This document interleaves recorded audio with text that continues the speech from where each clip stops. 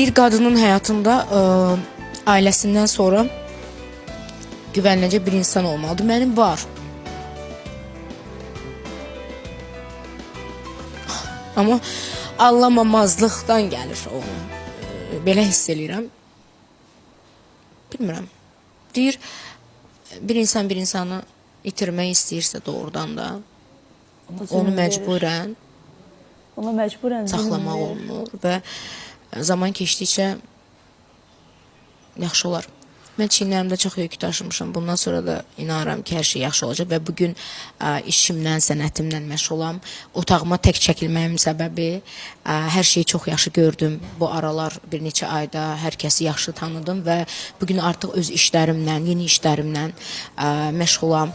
Mənim haqqımda pis yaxşı deyən hər kəsə təşəkkürümü bildirirəm və demək istəyirəm ki, arada biraz fikir vermək lazımdır ki, qarşısındakı insanın o deyir, o psixologiyasını poza bilərsiniz.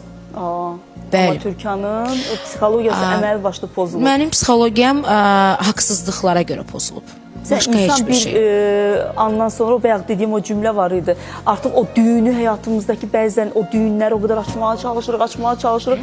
Görürük artıq ona gücümüz çatmır. Götürüb o ipi kökündən kəsirik. Amma unutmayın ki, doğrudan da bir qadın hansısa bir o ipi kəsdisə, onu artıq heç kəs bərpa eləyə bilməz.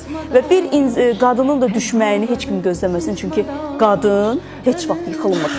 Heç vaxt yıxılmır, əksinə. Mən hər cəhətdən çox sadiq bir insanam. Ailəmə, yaxınlarıma, dostlarıma, həyatımda olan kimsə varsa, çox sadiq insanam. Kənardan bəlkə ola bilər, çox aqressiv görsənə bilərəm, hardasa.